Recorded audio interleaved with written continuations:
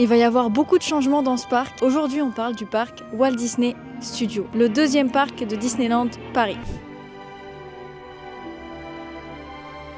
Alors déjà, pour comprendre l'histoire du parc Walt Disney Studios, il faut en savoir un peu plus sur le parc principal Disneyland Paris. On est en 1987 et à ce moment-là, le patron de Disney, Michael Eisner, a un rendez-vous très spécial avec le Premier ministre français, Jacques Chirac. Pendant ce rendez-vous très spécial, ils vont tout simplement signer le contrat qui va permettre à Disneyland de s'installer à Paris, enfin plus particulièrement à Marne-la-Vallée, pour qu'on puisse avoir à Paris un parc Disneyland appelé Euro Disney, puisque c'est le seul parc d'Europe. C'est pour ça qu'au départ, il s'appelait Euro Disney. Et dans ce contrat, il y a une condition. La condition, c'est qu'il doit y avoir un deuxième parc qui doit être créé avant 2002.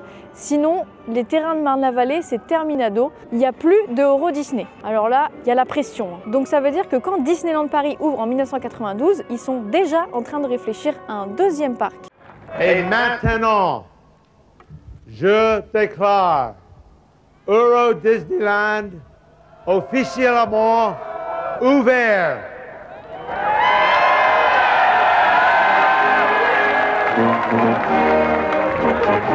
L'idée de base pour ce deuxième parc, c'est le cinéma, puisque Walt Disney, il a commencé avec le cinéma, mais aussi pour rendre hommage à deux inventeurs français, les frères Lumière, qui ont inventé le cinématographe. Et voici l'appareil tel qu'il se présente avec son couloir où passait le film, qui est fermé avec un verrou. Et voici l'obturateur devant. Et à ce moment-là, en Floride, il existe déjà un parc sur le thème du cinéma qui s'appelle Disney MGM Studios. Donc forcément, ils vont prendre des idées de ce parc qui existe déjà, mais pas que, ils vont aussi reprendre le nom. Donc à la base, le studio devait s'appeler Disney MGM Studios. Comme ça, on peut bien confondre les deux parcs. Et il devait être prêt pour 1995. Et le parc devait être complètement différent de ce qu'on connaît aujourd'hui. Déjà, le parc devait être 2 fois plus grand. Et il devait y avoir des studios d'animation directement dans le parc. Donc les animateurs devaient travailler directement dans le parc. Je trouve ça beaucoup trop bien. C'est comme ça en Floride. We opened our doors and let our guests come in and watch our artists at work, but what they're seeing is a real studio. Mais c'est pas tout, on devait aussi avoir un deuxième parking. Il devait aussi y avoir des navettes, des bus rouges qui nous amenaient donc du parking directement à l'entrée du parc, qui est plutôt confortable, on va pas se mentir. Et il devait y avoir certaines choses qui existent déjà en Floride, comme par exemple un spectacle Indiana Jones.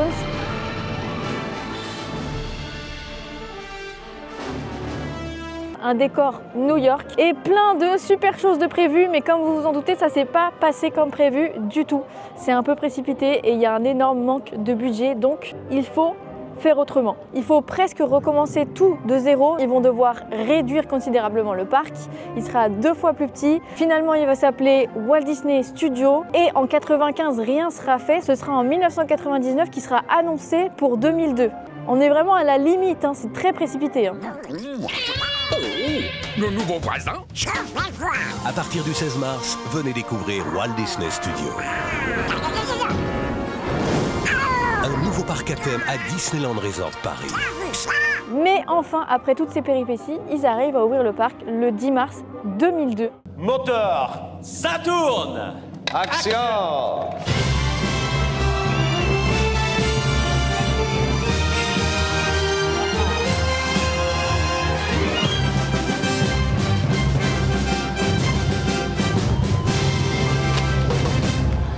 Ce sera donc le Walt Disney Studios et pour fêter ça, il y aura une cérémonie d'ouverture. Mais pas que, il va y avoir aussi un prime spécial sur TF1 qui sera présenté par Nikos Aliagas et Flavie Flament. Ce sera clairement une émission de télé pour l'inauguration du Walt Disney Studios. Mais ce qu'il faut savoir, c'est que la télévision n'a pas le droit de faire ouvertement de la pub pour une entreprise.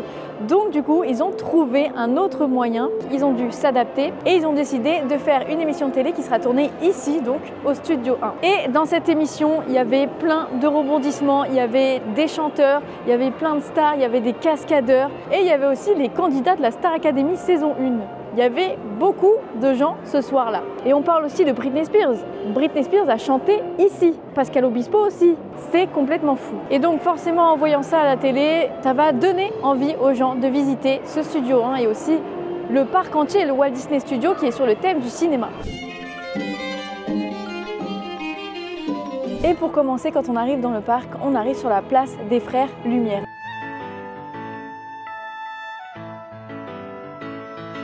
on a en plein milieu de la place une statue de Mickey qui représente le film Fantasia. Le premier film d'animation qui a été fait dans les studios Burbank. Alors les studios de Burbank, ils ont été construits grâce aux revenus de Blanche-Neige à l'époque. Et donc cette place, elle est aussi inspirée de studios, mais pas ceux de Burbank, ceux de Hyperion Avenue de 1929 à 1936, ceux où ont été réalisés Blanche-Neige et Pinocchio. Et d'ailleurs, on peut voir une photo de ces studios en construction dans le magasin juste ici. Et donc quand on arrive sur cette place, on ne peut pas passer à côté du château d'eau Ray. Château d'eau Ray, château d'eau, voilà, vous avez compris la vanne. Alors pourquoi déjà il y a un château d'eau? Déjà parce que ça représente pas mal le cinéma, puisqu'à l'époque, il y avait toujours un château d'eau à côté de lieux de tournage, au cas où il y avait un incendie. Et même si aujourd'hui, on n'a plus besoin de château d'eau, puisqu'on a d'autres moyens d'éteindre le feu, c'est quand même resté un des symboles du cinéma. Donc forcément, ça devait être là, mais pas que. Il fallait aussi quelque chose qui soit imposant. Dans le parc principal de Disneyland, il y a le château qui est super haut, qu'on voit de loin, qui est imposant. Et ici, comme tous les bâtiments étaient à la même taille, et ben, il fallait quelque chose de plus imposant qu'on voit de loin. Et c'est pour ça qu'ils ont choisi d'en faire un château d'eau. Et ensuite on arrive au Studio 1, donc un bâtiment avec des boutiques et des restaurants qui fait référence à Hollywood. Mais tout a une référence. Déjà le décor en lui-même, c'est du décor de cinéma, puisque quand on voit de face comme ça, c'est tout beau, tout bien. Mais quand on regarde de l'autre côté, on se rend compte que c'est vraiment des décors du cinéma et qu'on voit tout l'envers du décor. Pour commencer, juste ici, on a le Hollywood and Vine, mais ce nom fait référence à une intersection entre deux rues. Le Hollywood Boulevard et Vine Street, là où se trouve le fameux Walk of Fame. Vous savez, là où il y a toutes les étoiles de stars de cinéma. Forcément, on ne peut pas parler d'Hollywood sans parler de ça. Et juste en dessous, il y a marqué Five and Dime, puisqu'il s'agit d'un magasin qui existe vraiment. C'est un magasin qui vend de nombreux objets à petit prix, comme des objets pour la maison par exemple. On a aussi le fast-food The Brown Derby qui a aussi réellement existé. C'était une chaîne de restaurants qui a été créée en 1926. Et dans ce restaurant, il y avait plein de caricatures, d'où le fait que dans celui-là, il y a aussi des caricatures. Et cette chaîne de restaurants marchait plutôt bien. Il y en avait un peu partout, dont à Hollywood, bien sûr, encore et toujours. Et ce restaurant était très apprécié des stars du cinéma. And as the story goes, the Derby's maitre d' was fond of the Hollywood gossip columns. He knew everything and anything about his celebrity clientele.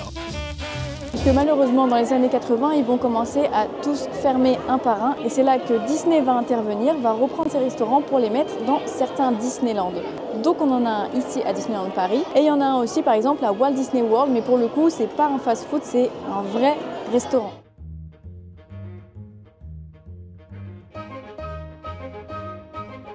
On a aussi la Schwab's Pharmacy qui a réellement existé. Alors du coup, il ne s'agissait pas d'une pharmacie comme on connaît qui vend simplement des médicaments, c'était plus un drugstore où ils vendent un peu de tout, des glaces, des médicaments, des choses à manger, etc. Et donc ce lieu était souvent un endroit de rencontre entre les acteurs et les producteurs de cinéma dans les années 30 à 50. C'est pour ça qu'elle a sa place ici. Et dans ce lieu d'ailleurs, il s'est passé beaucoup d'anecdotes. Schwab's was the kind of place where Frank Sinatra could come in and read Daily Variety and nobody would ask for an autograph. But unfortunately, a sad day for many Angelinos came in 1983 when Schwab's drugstore closed their doors. Il y a aussi le Gunja Den qui est un lieu qui a réellement existé. C'était un petit bar où se réunissaient les membres des équipes de tournage et les jeunes acteurs. On a aussi une entrée au restaurant, donc le club Swan Cadero, qui fait référence aussi donc au club, aux boîtes de nuit hollywoodiennes du début du XXe siècle. Si on n'avait pas bien compris, là on est vraiment Hollywood, Hollywood, Hollywood. On a aussi le Liki Tiki qui fait référence à la culture Tiki. C'est un thème artistique qui s'inspire de la culture polynésienne. Si vous ne voyez pas de quoi je parle, les images, ça va forcément vous parler. C'est apparu en 1920 aux États-Unis et le premier restaurant avec ce thème, devinez où il a ouvert? À Hollywood, évidemment. Et c'était le Dumb's Camber Café. Et donc pour finir, on a The Last Chance Gas, donc qui fait référence aux stations-service de la route 66 de l'époque. Et on a The Gossip Column, qui fait donc référence au kiosque de journaux. Donc forcément, qui dit Hollywood dit aussi star, dit bien évidemment gossip, potin, etc., etc. Forcément, il fallait faire référence à un kiosque de journaux avec tous les potins. Et d'ailleurs, je parle de tout le Studio 1, mais c'est pas pour rien, c'est parce que bientôt, il va être fermé. D'ailleurs, à l'heure où sort cette vidéo, il est sûrement déjà fermé pour rénovation. Et c'est pour ça que pour moi, c'était important de tout détailler, parce qu'on le verra plus comme ça finalement. Et j'expliquerai comment va devenir ce Studio 1 à la fin de cette vidéo. Une fois qu'on a passé le studio 1, on arrive officiellement dans le parc et à ce moment-là, on a 7 attractions, dont les tapis volants. Alors là, on la voit pas parce qu'elle est en rénovation, mais elle est là depuis 2002. À la base, l'attraction devait être dans le parc principal, mais manque de place. Elle a dû se retrouver ici et pour que ça colle avec le thème du cinéma, c'est le génie qui devient réalisateur, tout simplement. Voilà, pourquoi se prendre la tête. Il y avait aussi Art of Disney Animation où un cast member accompagné de Mouchou expliquait les dessous d'animation et aussi ses secrets. The main idea behind the Art of Disney Animation is we want to take guests behind the scenes of what it's like to be an animator. So we show you classic moments from Disney film. We take you into a theater where we have an animator show you the process and what he thinks about as he designs characters. C'est ton superviseur de l'animation. Salut Tom. Bonjour. Mon super quoi? Eh Mouchou, où étais-tu mon vieux? Alors apparemment on m'a dessiné en tout, sauf en poulet, en cacahuète. Ouais, ma foi tu nous plaisais bien en dragon, mais néanmoins il en existe de toutes sortes. À propos, je crois que j'ai une idée. Si on adoptait définitivement le concept du dragon à une tête, merci. Alors aujourd'hui, il y a toujours l'endroit, mais c'est plus du tout la même attraction. Mais par contre, il y a quand même une animation. On peut apprendre à dessiner un personnage. On a aussi une petite animation Toy Story pour nous expliquer comment fonctionne l'animation. Voilà, ça a bien changé. On avait aussi l'attraction Studio Tram Tour, donc où on fait un tour dans un bus qui montre des décors de cinéma et aussi quelques effets spéciaux. Mais... A lot of what we do requires special knowledge of whether it's fire or electricity or projection for imagery. We have to keep up on all the latest technology on that, and we bring in the necessary consultants.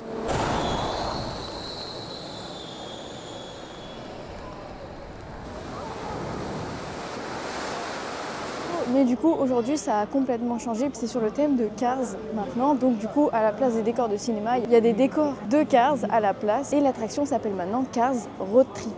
Il y avait aussi Cinémagique, donc une séance de cinéma où un spectateur qui s'appelle Georges se retrouvait plongé dans le film. Et il traversait différents films, donc plusieurs époques et aussi plusieurs genres du cinéma. Et cette attraction aussi n'existe plus. Et à la place se trouve le spectacle Pixar qui s'appelle Together. Incroyable ce spectacle d'ailleurs. N'hésitez pas, il est juste ici. Il y avait aussi l'attraction Armageddon, enfin c'était pas vraiment une attraction, c'était plus un show avec différentes salles pour montrer comment étaient faits les différents effets spéciaux dans le cinéma. The biggest technical challenge for me personally was the suction wind effect. We have a sequence in the show where the space station gets broken by a big meteor that hits it. And we all know that in space, we've got a vacuum. So any air that's in the space station has to be sucked out of the space station. How did we do that? Well, we actually did it. We actually pull a vacuum on the room. It's a gigantic technical feat that we've accomplished. Et aujourd'hui, c'est là où se trouve Web, soit l'attraction Spider-Man. Il y avait aussi l'attraction Rock'n'Roller Coaster, une attraction à sensation forte sur le thème du rock'n'roll. Et en plus, pendant l'attraction, on avait du rock dans les oreilles. This vehicle, which we call a sound tracker, basically we wanted this vehicle to look like it was alive. It has equipment on board it. It has right here an active, what we call VU meter, which is registering the levels of the music. And basically, you're strapped in this vehicle and this takes you on your journey into the attraction. Et aujourd'hui, c'est l'attraction Flight Force, l'attraction Iron Man.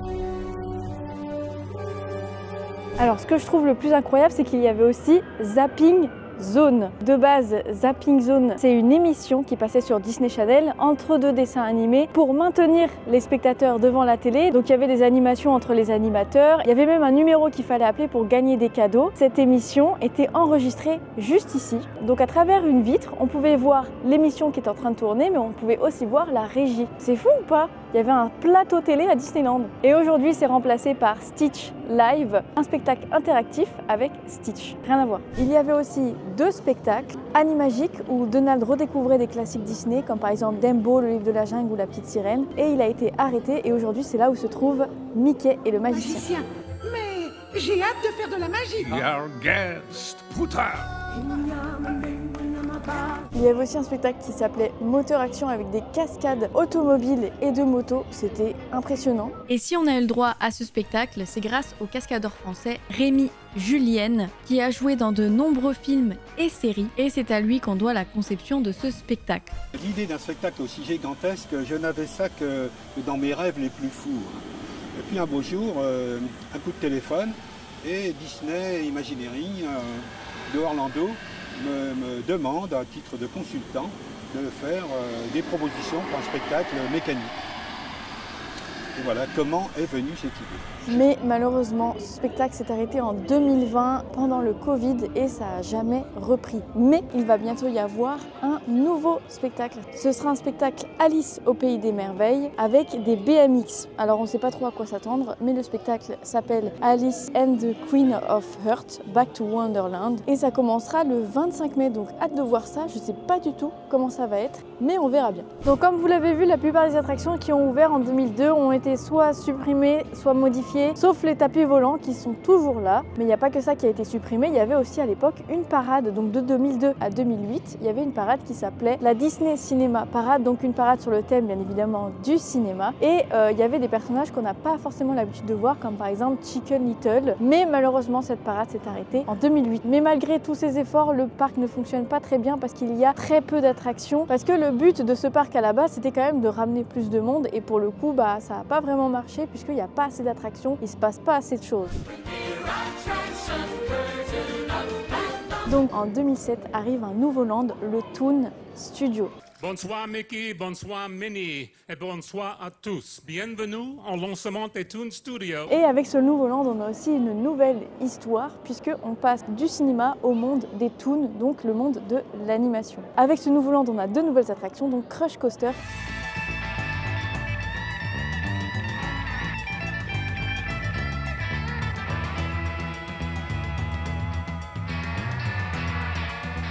Et 4 roues rallye.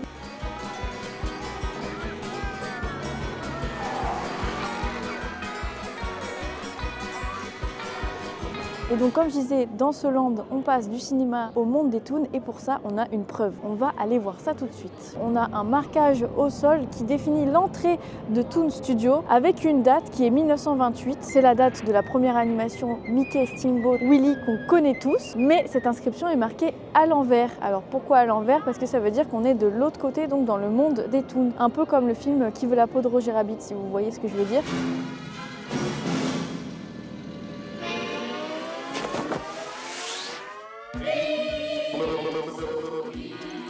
Du coup, pour expliquer exactement où ça se trouve, quand on sort du Studio 1, quand on va pour aller vers le Land Toon Studio, juste ici, on a la fameuse marque au sol. Et un an plus tard, donc en 2008, c'est une autre attraction qui fait son apparition, la Tour de la Terreur. Le parc ne va pas très bien, il faut une nouvelle attraction et il existe déjà une attraction qui marche super bien en Californie qui est la Tour de la Terreur.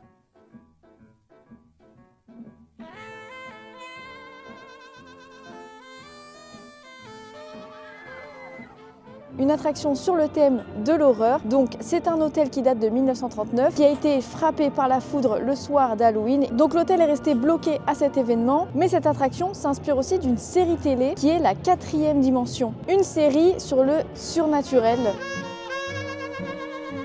Et donc la Tour de la Terreur deviendra l'attraction phare des Walt Disney Studios. Résultat, aujourd'hui, presque 1 heure d'attente malgré la pluie. De quoi relancer le Walt Disney Studio, le second parc Disney un peu à la traîne. Et aussi, on a enfin ce bâtiment plus grand que les autres qu'on voit de loin. D'ailleurs, il va aussi y avoir des spectacles sur cette Tour de la Terreur avec des projections et aussi des drones. Viendra ensuite une nouvelle parade pour remplacer l'ancienne qui s'appelle Disney Stars and Cars Parade, donc une parade où tous les personnages se trouvent dans des voitures colorées. Voilà, ça a changé un peu d'habitude. Mais ça aussi, ça a été arrêté, comme beaucoup de choses en fait. Finalement. Alors là, le studio est un peu mieux puisqu'il y a plus d'attractions, mais ils vont pas s'arrêter là puisque en 2010 arrive Toy Story Playland, un land spécial Toy Story. When we started work on this project at Walt Disney Imagineering, the goal was to expand the Walt Disney Studios Park here at Disneyland Paris. And we wanted to do something outdoors. We wanted to create a land that would immerse the guests in the fantasy. And we looked at many, many themes. And the one that we kept coming back to was Toy Story. Everyone loves Toy Story. Et donc dans ce land, on va trouver 3 nouvelles attractions. RC Racer, Slinky Dog Zigzag Spin et aussi Toy Soldier Parachute. Et ce land, il est vraiment fait pour que ce soit immersif. Donc tout est immense pour faire croire qu'on est à la taille d'un jouet. On a les décors, mais pas que. On a aussi cette immense trace de pas qui prouve qu'en réalité, on est tout petit. Est-ce qu'on ne serait pas des jouets? We have one rule in our land as we were going through our process over these last years, and the rule is if you can see it, it's a toy, which means even down to the dustbin. It's not just a dustbin, it's a collection of little blocks that have been stacked. Et d'ailleurs, il va y avoir 2 nouveautés à l'entrée de Toy Story Playland. Du coup, 2 grandes statues, une de Woody et une de Jessie, donc qui seront très grandes puisque là on a déjà le Buzz l'éclair. Je pense que ça va être très beau. J'ai hâte de voir ça aussi. Et c'est toujours pas fini puisque quelques années plus tard, donc en 2014, arrive le Miniland Ratatouille, vraiment consacré que à ce film. It is now my pleasure to officially dedicate the Ratatouille Adventure. Congratulations.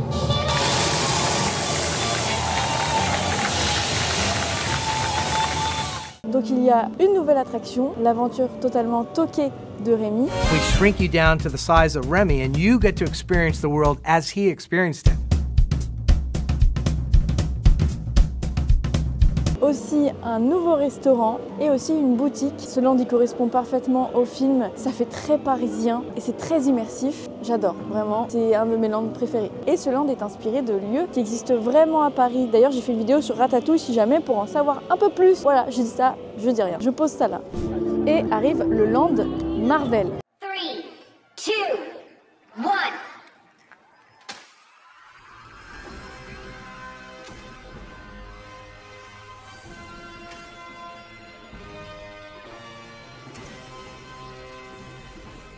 Avec 2 nouvelles attractions, donc on a Web Spider-Man donc qui remplace Armageddon. Et d'ailleurs, j'ai appris il y a pas longtemps qu'on pouvait améliorer son score en achetant des gadgets dans la boutique. Voilà, c'est une petite parenthèse, je le dis, parce que personne m'a dit, j'étais même pas au courant. Et on a Flight Force qui remplace du coup Rock'n'Roller Coaster.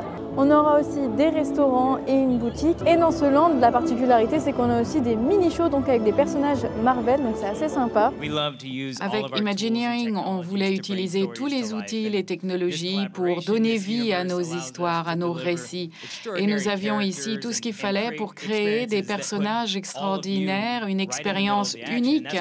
Et il va y avoir des nouveautés aussi dans ce land, puisque bientôt on aura un spectacle. Un spectacle avec projection, etc. Je sais pas exactement, mais je pense que ça va être pas mal. Il y a beaucoup de choses à venir. Hein. Franchement, 2025, à mon avis, ça va être une belle année. On va avoir beaucoup de nouveautés. Et en parlant de nouveautés, il va s'en passer des choses. Comme beaucoup le savent déjà, il va y avoir un nouveau land, donc Reine des Neiges, qui va s'appeler World of Frozen, avec 2 attractions, une Reine des Neiges qui existe déjà en Floride et on aura aussi une attraction Réponse qui va ressembler au TAS, ça va tourner un peu, mais pas que, on aura aussi le château de la Reine des Neiges et on va avoir un grand lac sur lequel il y aura des spectacles. J'ai trop hâte, ça va être fou. Transformation that's underway will roughly double the footprint of the park with new worlds, a beautiful new adventure bay for entertainment and bayside dining with some of your favorite royals. And that is just the beginning.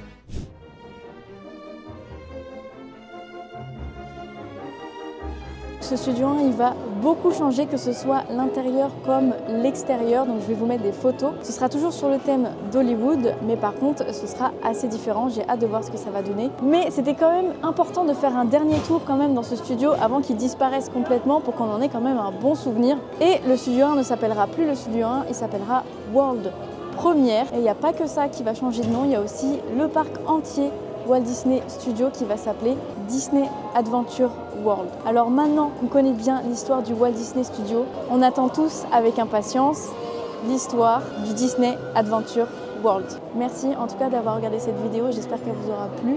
N'hésitez pas à vous abonner, même si c'était pas un film, c'était important pour moi de faire cette vidéo aujourd'hui. Donc j'espère qu'elle vous a plu, merci encore de l'avoir regardé et on se dit à la prochaine.